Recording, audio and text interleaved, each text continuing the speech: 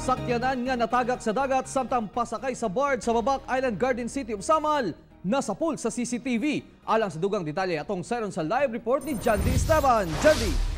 Yes, Real, patay ang driver sa maong sakyanan samtang nakabangga pa kini og usa ka pasahero una nahulog sa dagat.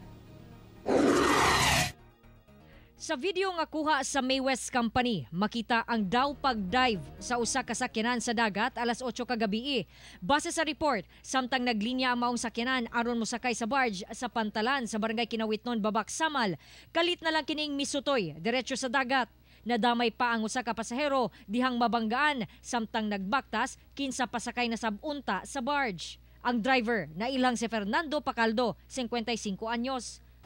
Gikan daw diya sa parinti dia sa Mambago, nag-atin o binyag, medyo niya. Matog Davao kay mauli siguro, sagad niya ako. Niya, moto nga, hubog siguro. Ito ni Salo magalit dito sa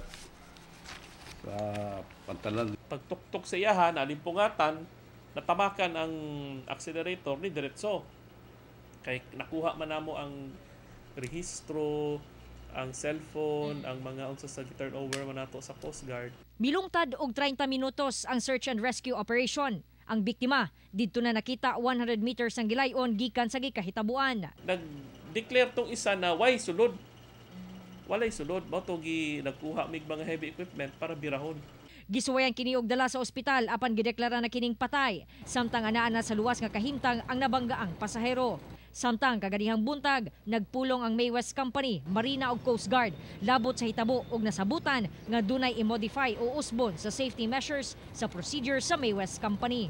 Puro akit yung sasakyan sa Ruro, ma'am, driver na lang, tapos yung passenger, ibaba siya, ma'am, para sa inspection na rin, ma'am. So, mag-try namin this afternoon kung what will be the effect sa gawin namin na modified na safety measures namin, no? Para in case na may mangyari ulit, at least paano, walang driver lang yung mapiktuhan, ma'am, wala sa kasama. Real, karong hapon nagpaygayon sila sa dry run sa maong nasabutan og ugmang adlaw ang maong modification sa safety measures ilahan ang ipatuman ugmang adlaw. Real. Jandy, napangutana ba nimo nga unsa ni mga modification nga ipatuman? For example, kaning ipauna ang tanang sakyanan unya ang kaning mga pasahero nga walay sakyanan ipaiwit lang sa or do na by holding area para dili na masusama ba kung may mga atom ganing mga insidente.